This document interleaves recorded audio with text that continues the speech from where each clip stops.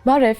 շվեդական Ստուրա Կարլսյո փոքրիկ կղզում հնագույն մարդիկ ապրել են գայլերի հետ կողք կողքի։ Նոր գենետիկական հետազոտությունը ցույց է տվել, որ դեռ 19-րդ դարի վերջին այստեղ հայտնաբերված շնազգիների երկու ոսկորները պատկանել են բոլորովին ոչ շների։ Դրանք իսկական գայլեր են, որոնց տարիքը կազմում է 4.7 ու 3.2 հազար տարի, ու ամենահետաքրքիրը գիշատիչները չէին կարող ինքնուրույն հայտնվել կղզում։ Ամենայն հավանականությամբ գայլերին կղզի են բերել մարդիկ ու դարեր շարունակ ապրել են նրանց հետ միասին։ Շները համարվում են հնագույն տնայնացված կենդանիները։ Մարդիկ նրանց ընտելացրել են ոչխարների ու այծերի առաջին հոտերի հայտնվելուց շատ ու շատ առաջ։ Սակայն որքան լավ ենք մենք հասկանում շների տնայնացման process-ը, կզարմանաք, բայց մեր պատկերացումները այս հարցում խիստ սահմանափակ են։ Հնագետները համոզված են, որ շներն ուղեկցում են մարդկանց դեռ վերի պալեոլիթի ժամանակներից, սակայն գայլերի ընտելացման ճշգրիտ վայրը, ժամանակն ու փորձերի քանակը մնում են բանավեճերի առարկա։ Գենետիկական տվյալները հայտնում են միայն, որ վերջնական ընտելացումը տեղի է ունեցել 40,000-ից 14,000 տարի առաջ,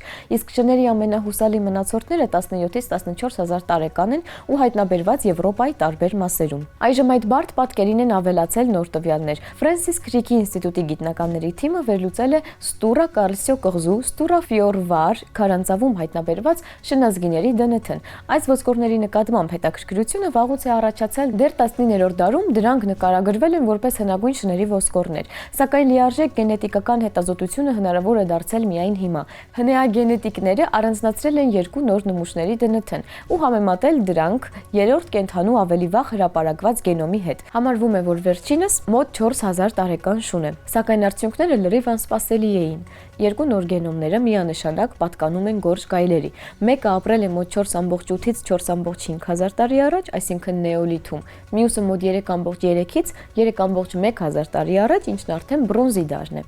Աշխարհագրությունը հատկապես կարևոր է դարձնում այս եզրակացությունները։ Ստուրա Կարլսյոն գտնվում է մայրցամաքային Շվեդիայից մոտ 80 եւ Գոտլանդ կղզուց մոտ 5 կիլոմետր հեռավորության վրա։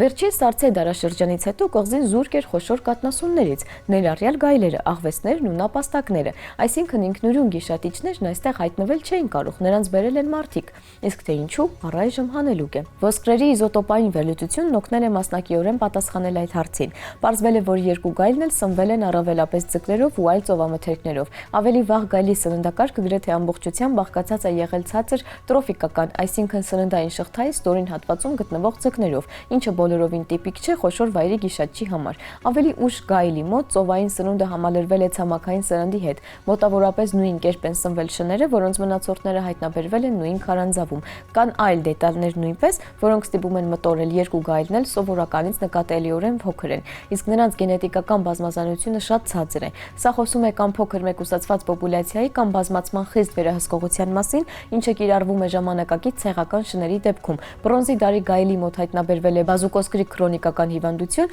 այս կենդանին երկար ժամանակ շարժման խնդիրներ է ունեցել եւ չէր կարող գոյատևել վայրի բնության մեջ նման հիվանդությունով։ Բոլոր այս տվյալները ձևավորում են միասնական պատկեր։ Ստուրա Կարլսյո կղզում գայլերն ամենայն հավանականությամբ ապրել են մարդկանց կողքին։ Առայժմ պարզ չէ կենդանիները ընտելացված էին, պահվում են յուրահատուկ կիսատնայնացված պայմաններում, թե այլ եղանակով էին ապրում մարդկանց վերահսկողության տակ, սակայն փաստը մնում է փաստ, մարդու եւ գայլի փոխազդեցության պատմությունը ավելի բարդ է, քան կարծում էին նախկինում։ Աստղագետները հայտնաբերել են նոր էկզոմոլորակ, այսպես կոչված Նեպտունների անապատում, դա ժամանակակից մոլորակագիտության ամենախորհրդավոր հատվածներից է։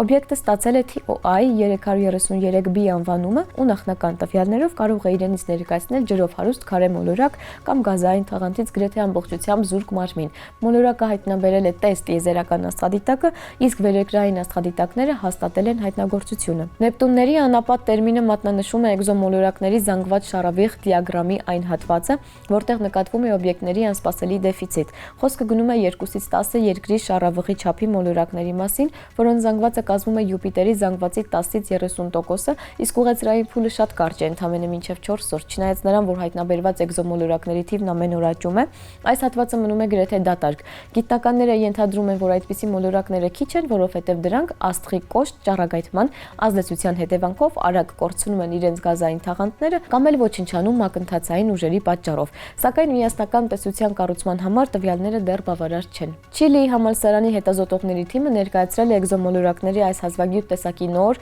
խիստ կարևոր ներկայացուցիչ։ TOI 333B-ն սկզբում հայտնաբերվել է տրանզիտային մեթոդով տես աստղադիտակի օգնությամբ, հետևելով աստղի պայծառության անկմանը, երբ մոլորակն անցնում է լուսադուի սկավառակի դիմացով, ապա դիտարկումը հաստատել են անկախ ֆոտոմետրիկ տվյալներն ու ռադիալ արագության չափումները, որոնք հավաքվել են Harps և Ferros գերճշգրիտ սարքավորումների միջոցով։ Աստղը, որի շուրջ պտտվում է TOI 333B-ն, պատկանում է F7V սպեկտրալ դասին։ Դա բավականին տաք նարնջագույն թզուկ է, որը գտնվում է մեզանից 1131 լուսատարի հեռավորության վրա։ Աստղի զանգվածը կազմում է մոտ 1,2 արեգակի զանգված, իսկ շարավիղը 1,1 արեգակի շարավիղ։ Աստղի շուրջ գրեթե շրջանակաձև ուղեծրով պտտվում է էկզոմոլորակը։ Այն մեկ պտույտը կատարում է 3,78 օրվա ընթացքում եւ գտնվում է իր աստղից ընդամենը 0,49 աստղագիտական միավոր հեռավորության վրա։ Դա շատ ավելի մոտ է, քան արեգակի եւ Մերկուրիի միջև հեռավորությունը։ Համակարգի տարիքը չի հասնում 1 միլիարդ տարու, այսինքն այն համեմատաբար երիտասարդ է։ TOI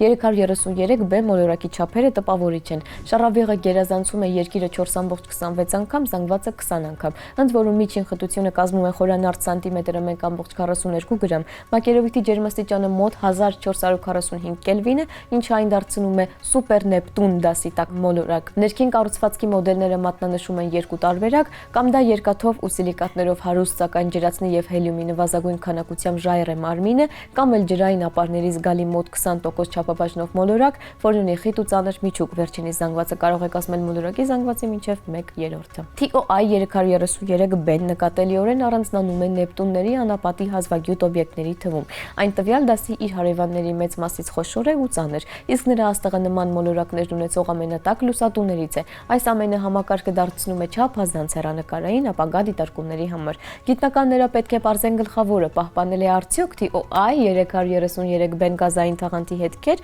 թե մեր առջև մոլորակի լրիվ մերկ միջուկի ունիկալ օրինակ է։